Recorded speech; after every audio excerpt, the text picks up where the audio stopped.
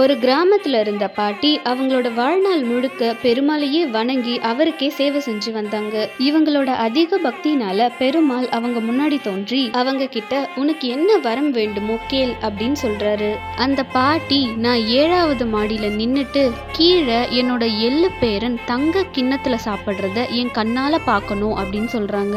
இத கேட்டு பெருமாள் ரொம்ப வியப்போட நீ எள்ளு பேரன் பிறக்கிற வரைக்கும் பூமியில நீண்ட ஆயுளோட வாழணும்னு நினைக்கிற, அதுவும் மாடிப்படி ஏறி போற அளவுக்கு உடல்ல பலம் வேண்டும்னு நினைக்கிற, 7 மாடி வீட்டுக்கு சொந்தக்காரியா வாழணும்னு செல்வ வரம் வேண்டும்னு ஆசைப்படுற, எள்ளு பேரன் தங்க கிண்ணத்துல பால் சாதம் சாப்பிடுற அளவுக்கு வீட்டில் சுபிட்சம் நிலவ வேண்டும்னு விரும்புற, கீழ்த்தளத்துல நடப்பத 7வது தளத்துல நின்று பார்க்கும் அளவுக்கு கண் பார்வை தெளிவா இருக்கணும்னு நினைக்கிற, இது அத்தனையும் ஒரே வரத்தில் கேட்டு விட்டாயே அப்படின்னு ரொம்ப பாராட்டி இந்த வரத்தை கொடுக்கறாரு. குறைந்த வார்த்தைகளா இருந்தாலும் அது தெளிவா பேசினாலும் எழுதினாலும் வெற்றி தான்.